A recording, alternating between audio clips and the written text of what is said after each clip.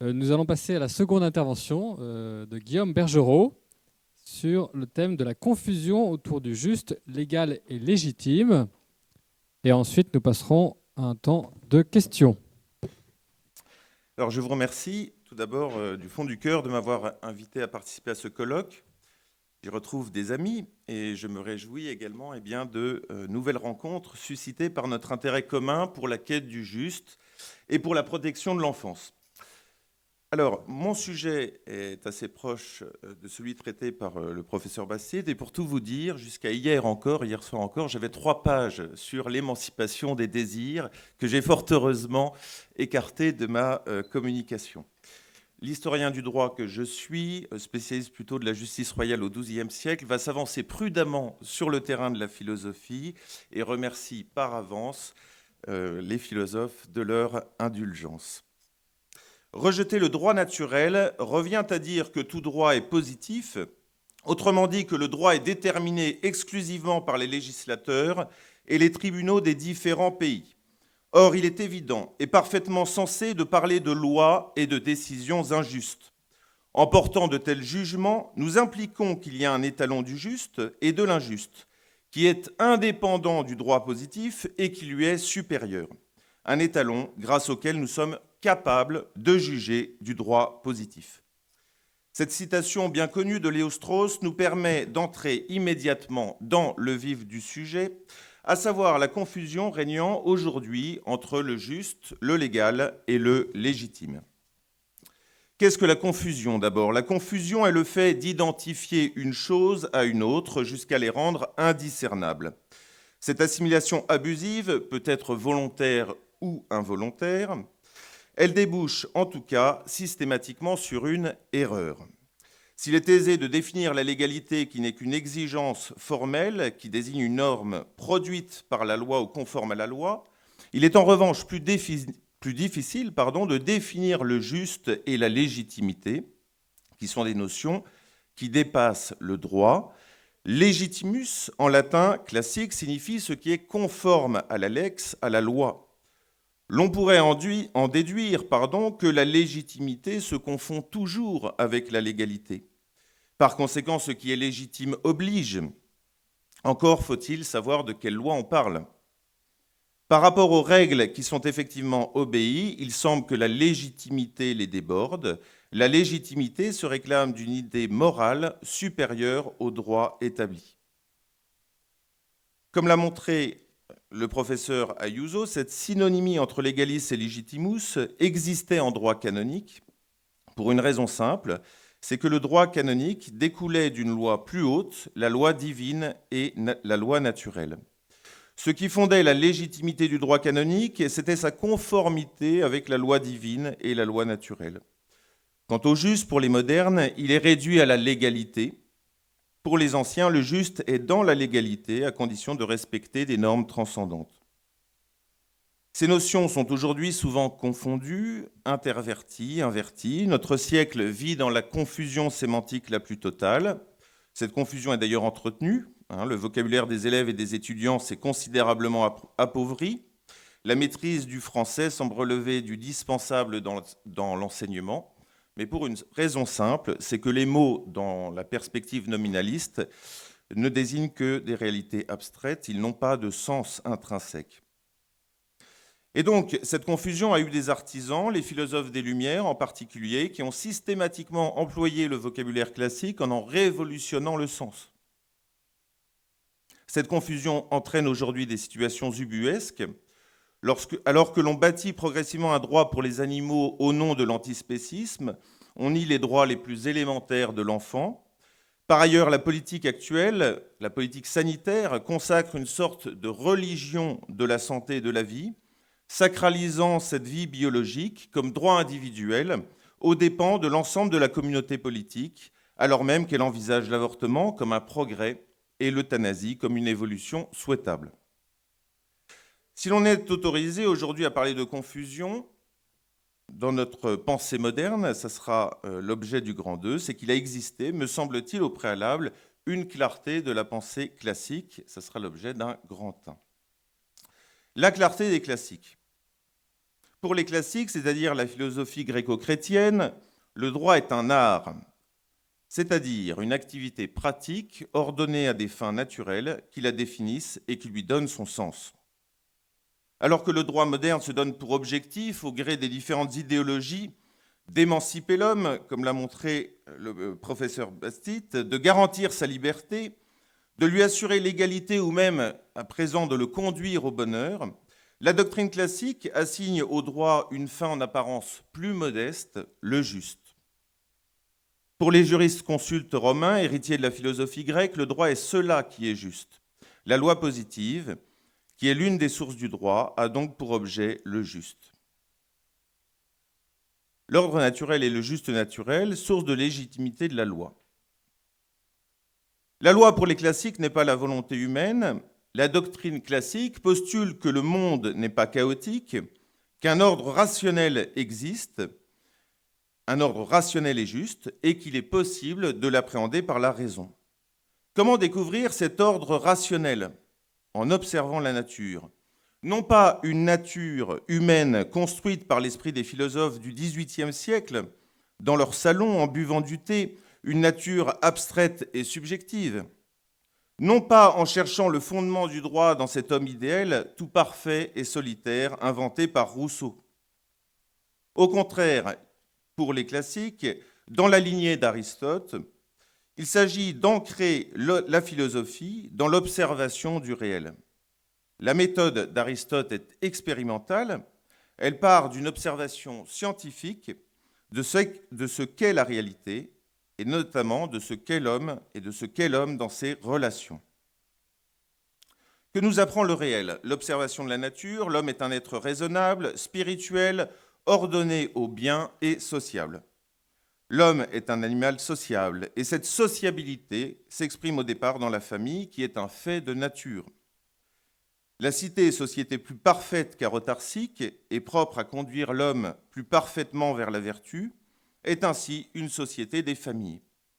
La famille est commencement, elle est fondement, elle est antérieure à la formation de la cité. Son existence ne dépend donc pas des conventions humaines. Aristote affirme que la famille repose sur l'union des êtres qui ne peuvent exister l'un sans l'autre, c'est-à-dire l'homme et la femme, en vue de la procréation, acte résultant d'une tendance naturelle à laisser après soi un autre semblable à soi. Saint Thomas d'Aquin reprit ces arguments. Il ajouta que la famille est naturelle et qu'elle correspond au dessein du Créateur. Cette famille a une forma, le mariage ou l'union indivisible des esprits et des cœurs, du père et de la mère. L'agir ou la fin du mariage est la génération des enfants, leur éducation et l'entraide des parents. Ainsi, au rebours de ce que pensent les progressistes, la famille n'est pas à construire. La famille n'est pas un donné brut, en perpétuel devenir, exposé aux fluctuations de la volonté générale. Elle est une institution voulue par la nature, biologique, concrète et matérielle. Ainsi, l'engendrement, acte naturel, disqualifie toute construction arbitraire et subjective de la parentalité. Excusez-moi pour ce néologisme qu'il faut combattre, parce que précisément, il a permis, comme nous le savons, d'ouvrir l'adoption aux couples de même sexe en réduisant la parenté à ses seules fonctions. Jusqu'il y a peu, la loi sur le mariage se fondait sur un ordre naturel, celui de la différence et de la complémentarité des sexes et de l'inclination naturelle à procréer. Cette loi positive, fondée sur la nature, confirmait et consacrait manifestement que la vie humaine est ordonnée selon une loi naturelle.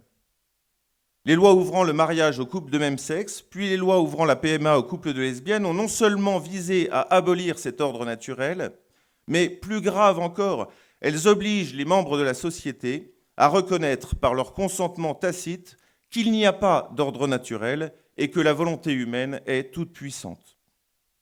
Ce qui nous amène à l'illégitimité de la loi injuste. La loi positive n'est pas disqualifiée par la loi naturelle. La loi naturelle ne contient que des dispositions générales et elle doit être complétée par le droit positif. Affirmer le caractère naturel de la famille ne suffit pas. La loi positive est ainsi fondée à traiter, par exemple, des règles relatives au mariage, au rapport entre époux, à la filiation ou à la protection de l'enfance.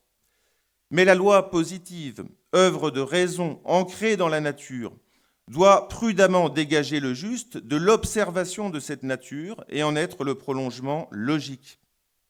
Si la loi positive a autorité chez Aristote, c'est qu'elle procède du juste naturel. La loi naturelle est donc l'étalon qui permet de juger de la justice de la loi et donc de sa légitimité. Il peut toutefois arriver que le législateur, par ignorance ou par vice, ou par esprit de transgression, et il me semble que c'est le cas de notre époque, s'affranchissent du juste naturel. L'obéissance pour les classiques à la loi positive n'est donc que limitée, car le législateur n'est pas infaillible, il est imparfait, et donc l'obéissance à la loi positive n'est que limitée et conditionnelle, parce que la loi est déterminée par sa finalité, la justice. Une loi manifestement contraire à la justice n'a pas à être obéie. Pour Cicéron, la loi naturelle est la droite raison, elle est supérieure à la loi civile et le critère de sa légitimité.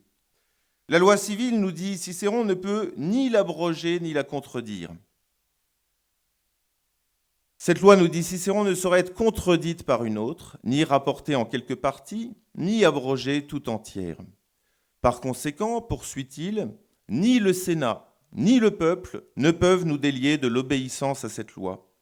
La loi civile qui ignorerait la loi naturelle serait non seulement injuste, mais elle dénaturerait l'homme.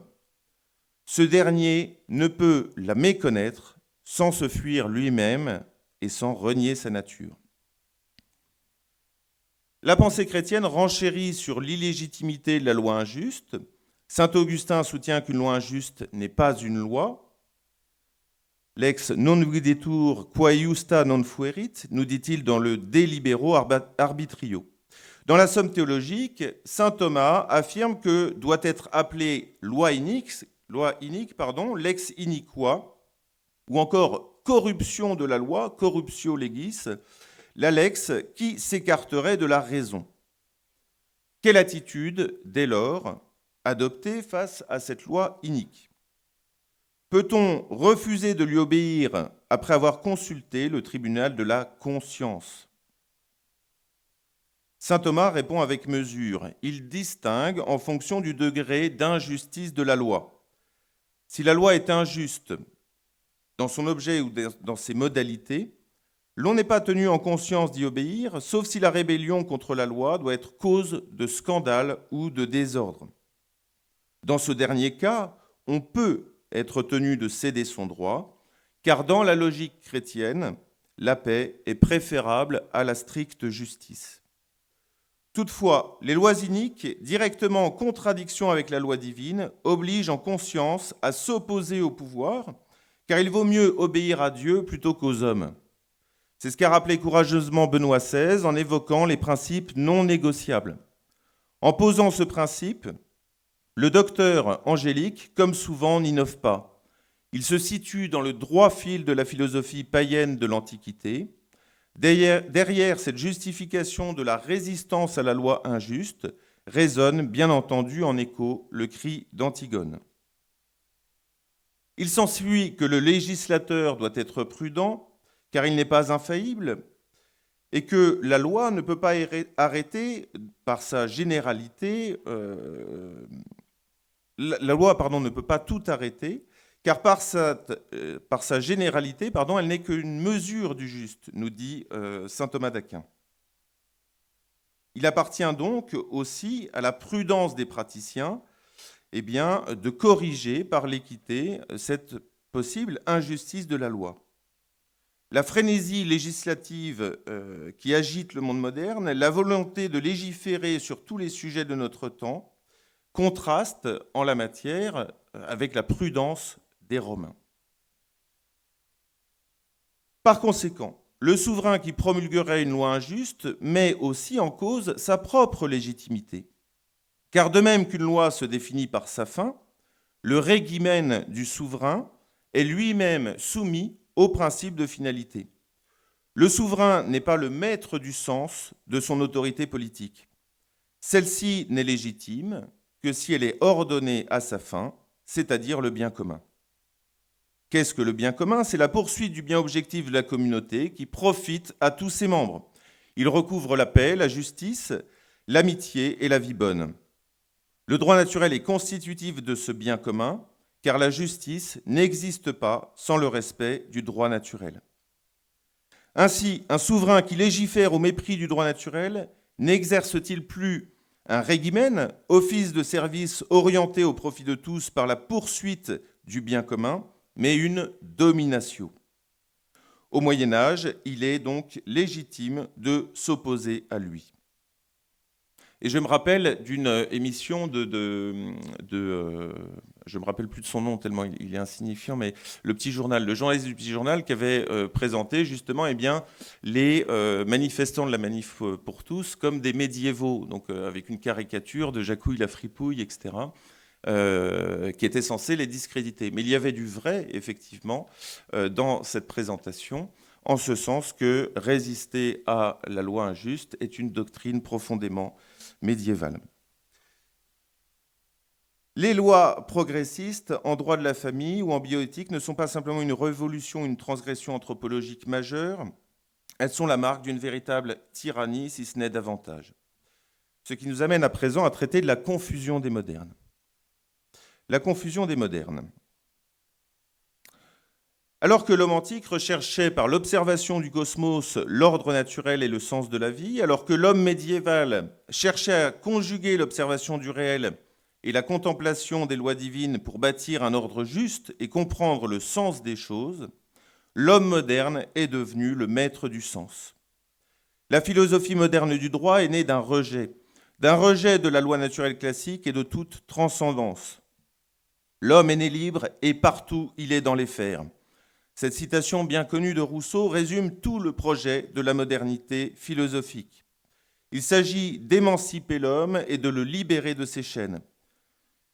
L'homme moderne entreprend aujourd'hui de se libérer des derniers vestiges de l'ordre naturel, de toute contrainte issue de la tradition ou des mœurs, de tout lien d'appartenance. La famille en fait partie. Elle est considérée comme une aliénation issue d'un autre temps, et elle doit être non pas liquidée, mais liquéfiée toujours davantage, c'est-à-dire reconstruite au gré des volontés individuelles. La famille n'a plus d'essence, elle n'est qu'un composé d'individus créés et recréés au gré des conventions.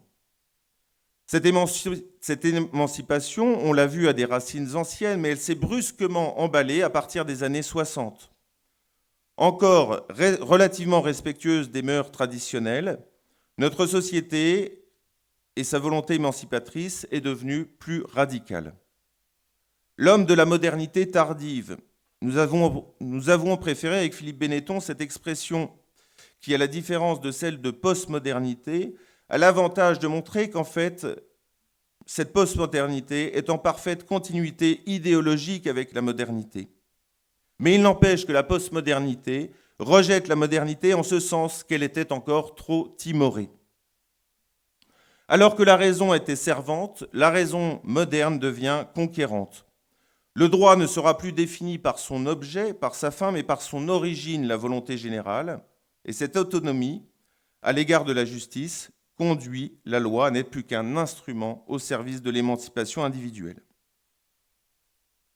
La légalité, tout d'abord, comme primat de la philosophie moderne.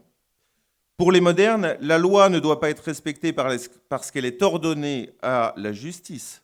Elle doit être respectée dès lors qu'elle a été élaborée, puis promulguée par l'autorité légale issue de la volonté générale selon la procédure légale. La loi est devenue un commandement auquel quiconque est tenu d'obéir de manière inconditionnelle au cours d'une évolution intellectuelle qui plonge ses racines dans le nominalisme. Quelle est cette autorité légitime? Elle est celle de l'État, puisque c'est la seule autorité à laquelle l'homme a accepté de se soumettre pour sortir de l'état de nature, garantir sa liberté et ses droits individuels. Dans la théorie positiviste, comme son nom l'indique, seul compte le droit positif, c'est-à-dire le droit posé par les institutions humaines habilitées à le faire. Dans sa théorie pure du droit, Kelsen réduit le droit à la légalité des lois. Une loi est valide dès lors qu'elle s'insère dans un système juridique cohérent et ordonné rationnellement, couronné par une Grundnorm, une norme mère, une norme fondamentale, assimilée aujourd'hui à la Constitution. De la même manière que les libéraux en philosophie se refusent à réfléchir sur la notion de bien et le remplacent par celui d'intérêt ou d'utilité, le positivisme se refuse à toute réflexion sur la justice. Le droit est une science qu'il convient de préserver, nous dit Kelsen, de toute impureté idéologique ou métaphysique. Discerner le juste de l'injuste relève d'un jugement de valeur que le juriste n'a pas à faire entrer dans le champ du droit pour préserver sa neutralité scientifique. Le juriste doit adopter une neutralité axiologique, libre de valeur, wertfrei, nous dit Kelsen, afin de connaître et d'écrire le droit tel qu'il est. Le positivisme renoue en fait avec la pensée des sophistes, avec Protagoras notamment, qui considérait que l'homme est la mesure de toute chose, que tout est vrai parce que tout se démontre, que le bien, le vrai, le juste ne sont in fine que des notions relatives, conventionnelles, qui n'ont pas d'existence en soi. Seule compte la loi humaine, rien ne lui est supérieur. Voici ce que nous dit Protagoras. Quelles que soient les choses, ou Calliclès d'ailleurs, j'ai un doute, quelles que soient, mais bon, les sophistes, quelles que soient les choses qui apparaissent à chaque cité comme justes et bonnes, elles demeurent justes et bonnes pour la cité tant qu'elle le décrète. On reproche souvent au positivisme d'être une doctrine paresseuse. Elle est surtout l'expression d'une conception relativiste de la connaissance et d'un nihilisme désolant. La loi devient ainsi sa propre source de légitimité. Elle acquiert un caractère obligatoire, non pas en raison de sa fin, mais de sa forme. Cette éviction de la justice, supplantée par la loi, a d'ailleurs fait de cette dernière le dogme des temps modernes, à plus forte raison si elle est mise au service du progrès, avec un P majuscule, du progrès divinisé. La loi moderne, en effet, est devenue, sous la plume de Jean-Jacques Rousseau, infaillible. La première loi est donc fondamentalement d'obéir à la loi. Rousseau évoque, et on avouera que ce n'est pas rien, la sainteté du contrat social et de ses lois. Si l'homme ne s'y soumet pas, poursuit Rousseau, citation, on le forcera alors à être libre, c'est-à-dire à se soumettre à la volonté générale. C'est que Jean-Jacques y insiste d'emblée, la volonté générale ne peut errer. L'homme réuni en assemblée, à la différence de l'homme seul, ne peut se tromper sur son propre bien, qui n'est rien d'autre que la volonté de l'assemblée. La délibération lui permet, par on ne sait quelle alchimie, de découvrir le bien en se ralliant à la voix de la majorité. Voici écartée, sans autre forme de discussion, l'objection intemporelle de Socrate, qui refusait de voir dans la majorité le synonyme de la justice et de la vérité. Aujourd'hui, cette sacralisation de la loi a été écornée et à vrai dire, on ne croit plus guère à son infaillibilité. La loi est souvent perçue comme l'expression d'une majorité passagère que l'opposition s'empressera de détricoter lorsqu'elle parviendra au pouvoir. L'opposition de gauche d'ailleurs, parce que la droite souvent entérine. Mais ce qui se vérifie dans le domaine de l'éducation nationale, eh bien, ne se vérifie pas en toute matière. La loi retrouve cette infaillibilité lorsqu'elle est mise au service du progrès. C'est ce qui explique la loi relative à l'extension du délit d'entrave à l'IVG du 20 mars 2017, qui prévoit une peine de 2 ans d'emprisonnement et de 30 000 € d'amende, la tentative d'empêcher un avortement par la diffusion d'allégations de nature à induire intentionnellement en erreur dans un but dissuasif sur les caractères ou les conséquences médicales de l'IVG. Se soumettre à la loi n'est donc plus suffisant. Dans le cadre de ce nouveau messianisme qu'est le progressisme sociétal, il faut s'interdire d'en discuter le bien fondé ou même d'y chercher d'autres alternatives. La loi seule permet le salut de l'humanité en la libérant de toutes ses chaînes. C'est l'objet de ma dernière sous-partie. On aboutit finalement à la réduction de la loi, à réduire la loi à un esclavage au profit des droits subjectifs. Le libéralisme repose sur l'individualisme et l'autonomie de la volonté. L'individu, libéré de toute transcendance, qu'elle soit divine ou naturelle, a désormais le pouvoir de définir sa propre finalité. La nature n'est plus essence, c'est-à-dire un ordre objectif transcendant que l'homme doit comprendre et servir. La nature est devenue, dans la pensée moderne, existence, c'est-à-dire subjectivité à satisfaire. Le droit avec la science sont devenus les instruments de cette émancipation, de cette quête infinie de la satisfaction. Von Humboldt, un linguiste prussien et libéral du XVIIIe siècle, digne représentant des Lumières, affirmait que l'idéal le plus élevé de la coexistence des êtres humains serait celui où chacun se développerait par lui-même et pour lui-même.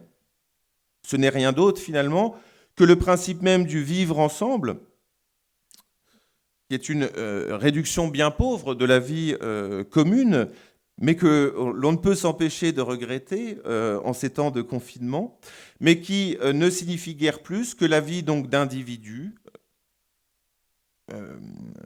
se mouvant les uns à côté des autres, tournant, nous dit Tocqueville, sans repos sur eux-mêmes, à la recherche de petits et vulgaires plaisirs, à la recherche donc de l'assouvissement de leurs désirs illimités, considérés comme tous légitimes. Ces reflets personnels de réalisation de soi, reflets de ce que Christopher Lasch a appelé la culture du narcissisme, concourent dans la logique libérale, conformément à la doctrine des économistes, à l'intérêt collectif. L'on ne saurait d'autant plus y mettre fin, au nom de quoi d'ailleurs, puisque tout est respectable, que l'État n'a été créé que pour que l'homme à l'état de nature, devenu citoyen, demeure aussi libre qu'auparavant. Et donc la légitimité subjective est aujourd'hui invoquée par le sujet pour revendiquer des droits subjectifs de plus en plus nombreux. La légitimité individuelle, subjective, vient alors au secours du positivisme sociologique, c'est-à-dire d'un droit non plus érigé par l'État, mais revendiqué par la société elle-même, ou plus exactement par des minorités qui définissent le droit comme un fait juridique partagé et vécu par d'autres personnes. Des minorités qui aujourd'hui finalement incarnent la volonté générale auquel il faut se soumettre. La garantie des droits humains donc ne suffit plus. Il faut encore que la loi positive ne mette pas un frein à leur expansion, d'où ces incessantes modifications, et qu'elle concourt à leur extension infinie, d'où l'inflation. Les progressistes, en voulant permettre à l'individu de se revendiquer, ainsi que la société tout entière, se prennent incontestablement pour des dieux. Or, Dieu eut lui-même la sagesse, au 7e jour, de contempler sa création, de la juger bonne et de se reposer. Pour les progressistes, au contraire, point de repos. C'est que le progrès est tel un mirage qui s'estompe dès lors que l'on s'en approche. En marche, oui, mais il faut alors se préparer à courir. Car le progrès n'a pas de fin, comme en témoigne la législation sur l'avortement qui pourrait sous peu autoriser la possibilité d'une interruption volontaire pour qui d'ailleurs, mais d'une interruption volontaire de grossesse jusqu'à la veille de la naissance pour détresse psychosociale. Et c'est précisément en raison de cette marche infinie des avancistes du 7e jour, comme aimait à appeler Philippe Meuret les progressistes, qu'il y a beaucoup à craindre. D'aucuns craignent, à juste titre, que le droit de vie et de mort de l'enfant ne puisse à terme être exercé sur l'enfant né et non plus seulement sur l'enfant à naître. On renouerait alors avec le ius vitae necisque, consacré jadis par le droit romain, ce droit absolu du père de famille sur le nouveau-né exprimant sa potestas absolue. S'il refusait de reconnaître l'un d'eux, le pater romain pouvait, en raison d'une potestas souveraine, et sans qu'il y eût faute, pratiquer l'expositio, c'est-à-dire le tuer sans faire couler le sang ou l'abandonner. L'enfant n'avait d'existence que par l'autorisation de la volonté souveraine de son pater. Pourquoi cette potestas ne serait-elle pas un jour possédée par le parent 1 et le parent 2 dans notre société évoluée et paritaire ? S'agirait-il d'une prédiction alarmiste, d'une crainte infondée ? N'est-ce pas ce qui se passe aujourd'hui lorsqu'un enfant naît malgré tout à la suite d'une interruption volontaire de grossesse ratée et qu'on le laisse mourir d'asphyxie? S'agirait-il donc d'une prédiction alarmiste? Cette possibilité de tuer les nouveau-nés serait-elle le terrible apanage des sociétés antiques et des sociétés totalitaires mettant en œuvre la politique de l'enfant unique? Il est à craindre qu'elle ne s'exerce un jour dans le pays des droits de l'homme. Car si l'on ne respecte pas la vie de l'enfant la veille de sa naissance, alors même que le plus obtus des matérialistes ne peut nier qu'il s'agisse d'un enfant, puisque des prématurés de plus de 6 mois sont désormais viables grâce aux techniques médicales, pourquoi le respecterait-on après? Depuis l'Antiquité, en conclusion, depuis l'Antiquité grecque, l'idée de loi a toujours désigné un principe d'ordre opposé au chaos. La loi des modernes, en sacrifiant la justice, a perdu ce rôle de rempart contre la tyrannie et l'anarchie. En devenant esclave des droits de l'homme, en libérant les passions et les égoïsmes individuels par la multiplication des droits subjectifs et par l'éviction de la justice, la loi a finalement abouti à instaurer un état de guerre perpétuelle. La philosophie du contrat social et de l'autonomie de la volonté nous fait finalement retomber dans un état de guerre de tous contre tous, ou de chacun contre chacun, jadis théorisé par Hobbes. C'est pourtant cet état de guerre, causé par le droit absolu que chacun pouvait revendiquer sur toute chose, qui lui avait permis de démontrer et de théoriser le contrat social. Ce contrat social qui nous promettait la paix et le progrès. En vain. Ce chaos se manifeste aujourd'hui notamment par la multiplication de ces droits subjectifs qui inévitablement se révèlent de plus en plus contradictoires. Et le chaos engendre la loi du plus fort. Lorsqu'il y a contradiction entre ces droits, c'est le plus faible qui en pâtit, à commencer par l'enfant. L'homme des XXe et XXIe siècles a réifié. L'enfant n'est plus un don qui peut éventuellement couronner l'union charnelle d'un homme et d'une femme. Il est un projet qui n'a d'existence que s'il est autorisé par le pouvoir souverain et selon des modalités déterminées souverainement par l'adulte. L'enfant n'est plus sujet, il a été ramené au rang d'objet afin de justifier le droit d'avoir ou de ne pas avoir un enfant, y compris en le privant de père et même de mère. Du fait de cette réification, on peut bien lui garantir des droits ou évoquer son intérêt, mais ceux-ci céderont sans doute de plus en plus devant l'intérêt du plus fort. La question du statut de l'enfant dépasse, me semble-t-il, désormais le droit. Dans ce siècle de confusion, elle est devenue essentiellement une question métaphysique. Je vous remercie.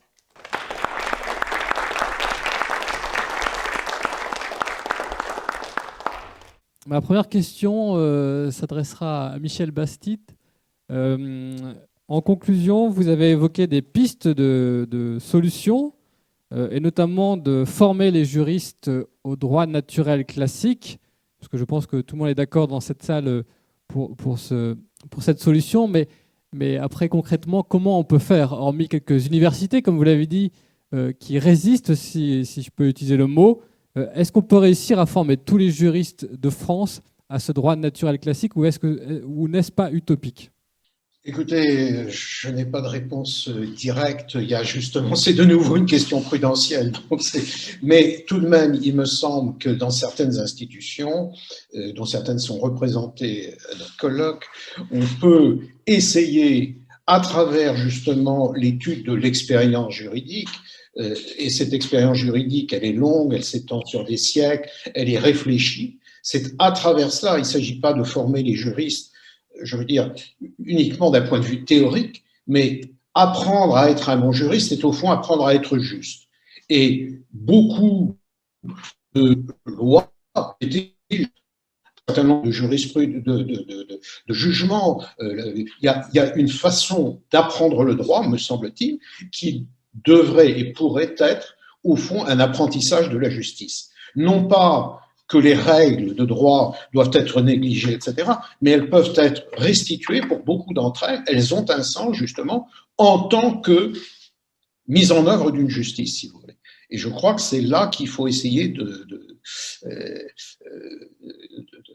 comment dirais-je, c'est cela qu'il faut intégrer, me semble-t-il, dans la formation des juristes. Après cela, il y aura forcément des écoles. Il y a des écoles de conseil juridique.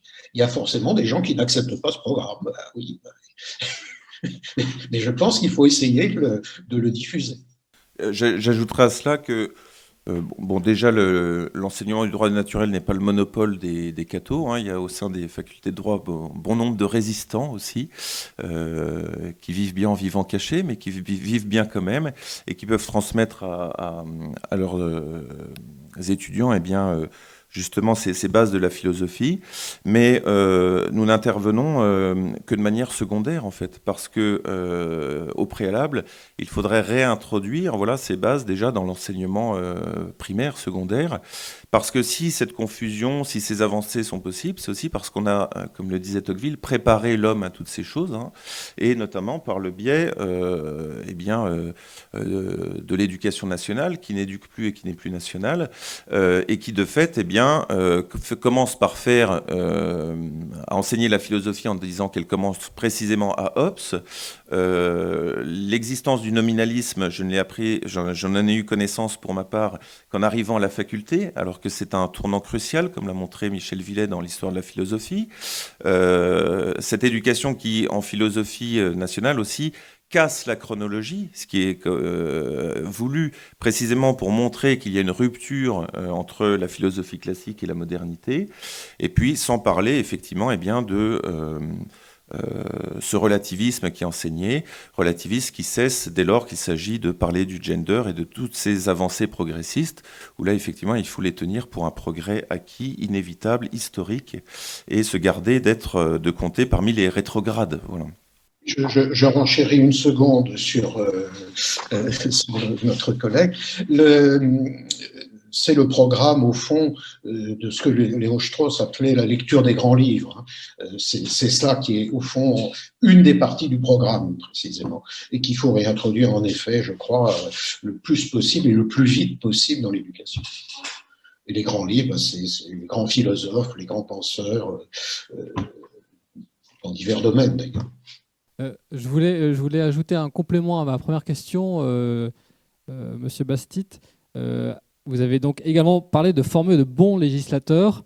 Et quand on parle de législateurs, il s'agit des parlementaires. Les parlementaires qui viendront dans 10 ans, on ne sait pas qui ils seront et d'où ils viendront. Comment peut-on, à ce moment-là, anticiper, si on peut dire, cette formation ? On a parlé d'éducation nationale, mais comment on peut essayer d'anticiper cette formation, mais également comment on peut sensibiliser les parlementaires actuellement. Il n'y en a pas de présents dans la salle, donc je ne pense pas qu'ils soient sensibilisés, sauf s'ils regardent les vidéos après. Mais comment on peut aller au contact de ces parlementaires pour leur parler du droit naturel classique ? Je crois que c'est bien antérieur à leur fonction parlementaire. Ça résulte justement de ce qu'on a dit, c'est-à-dire que ça commence à l'école primaire. C'est en fait toute la loi, toute la société, toute la vie politique est une éducation.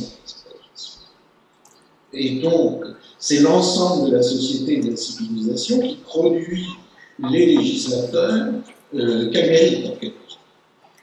Et d'où la nécessité, justement, que quelques-uns qui ont un peu échappé au monopole de la modernité puissent de nouveau réenseigner et diffuser le plus possible cette formation à la justice, à la bonne loi, Alors, là aussi, concrètement, ce n'est pas à moi d'établir un plan de nouvelle éducation, etc. Mais je crois que là où nous pouvons, il s'agit en effet, petit à petit, de former des gens, et si possible, de choisir et de former des gens qui seront de bons législateurs. C'est aussi la responsabilité de toutes nos familles, parce qu'on constate quand même que, singulièrement dans la magistrature, on manque de magistrats bien formés. Chez les législateurs, on peut dire la même chose aussi. Et c'est vrai que, pour ne pas rejeter la faute exclusivement sur les profs de droit ou sur l'éducation nationale, on peut quand même constater qu'il y a eu un déficit d'encouragement des jeunes à se lancer dans des métiers qui impliquent sans doute des sacrifices financiers, mais particulièrement chez les juristes.